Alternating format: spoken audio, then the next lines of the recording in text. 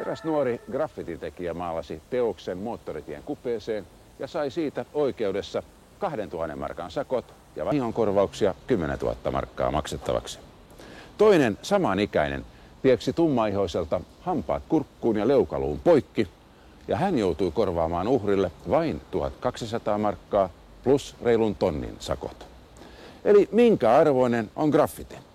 Ainakin graffitin vastainen taistelu yksin pääkaupunkiseudulla maksaa vuosittain useita kymmeniä miljoonia markkoja. Mä aloitin joskus 90-vuotiaan, noin 15 vuotta sitten. Tehnyt niitä koko ikäni. No, miksi sä lähdit sieltä?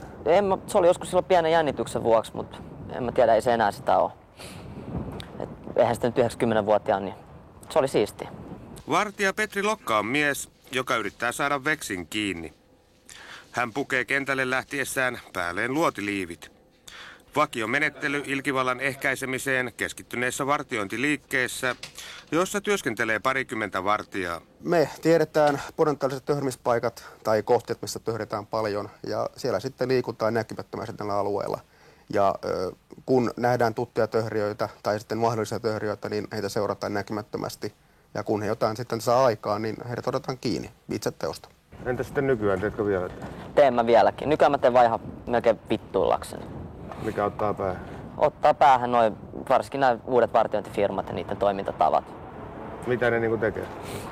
Ne hakkaa tuolla 12-11-vuotiaat kakaroit, kun on raudoissa ja kantaa jotain 9-millisiä aseita ja osoittelee graffitin tekijöitä niillä ja jotain tuollaista aivan niinku mun mielestä ihan naurettavaa toimintaa. Vähän käy sotkea, niin niitä vituttaa. Voimakeinoja joudutaan käyttämään useasti tänä päivänä, koska nyt on ongelma se, että päihteiden käyttö on tullut voimakkaasti tähän kuvioon mukaan. Nämä töhriät liikkuu jengeissä, niin siinä mielessä voimakeinoja joudutaan käyttämään useasti kyllä. Minkälaista turvavälineistöä noilla vartijoilla on mukana? No, meillä on ihan tarjottavat luvalliset voimankäyttövälineet mukana. Tarkoittaako se aseita? No, käytännössä sanotaan, että kaasusumuttimia kyllä. Ampuma-aseita? Niitä ei löydy.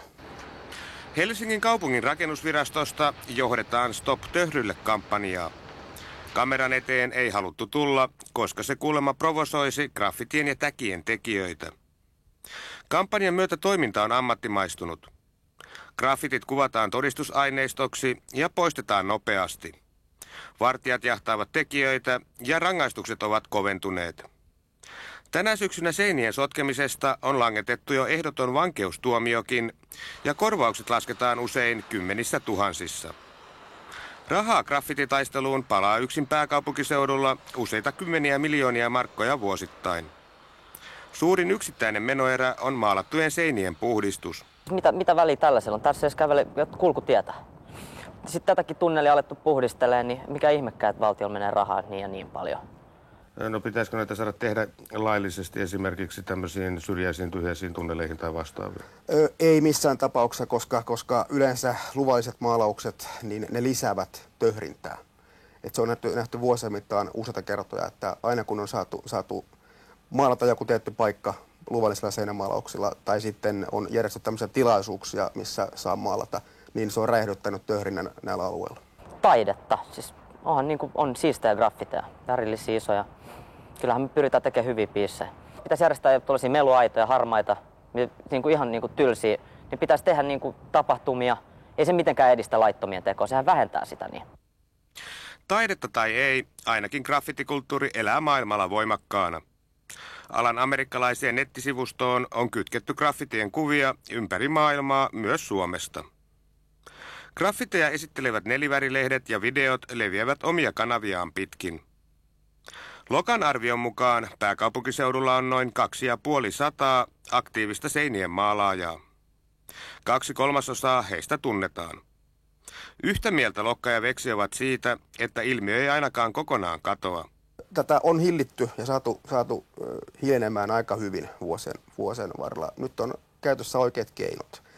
Mielestäni tätä ongelmaa voidaan hallita, mutta tämän ongelman lopettaminen on tällä hetkellä niin hankalaa. Ei. Onhan se nyt ollut jo monta vuotta, eikä se ole mitään auttanut. Ainoa vaan, että näitä ei näe niin paljon, koska ne puhdistetaan nopeasti ja isolla rahalla. Mutta ei se mihinkään ole loppunut, eikä tule loppumaakaan. Se on ihan varma juttu. Et meillä riittää maalia pitempään, kuin teillä riittää rahaa. Ja nyt on vuorossa Taabermaa.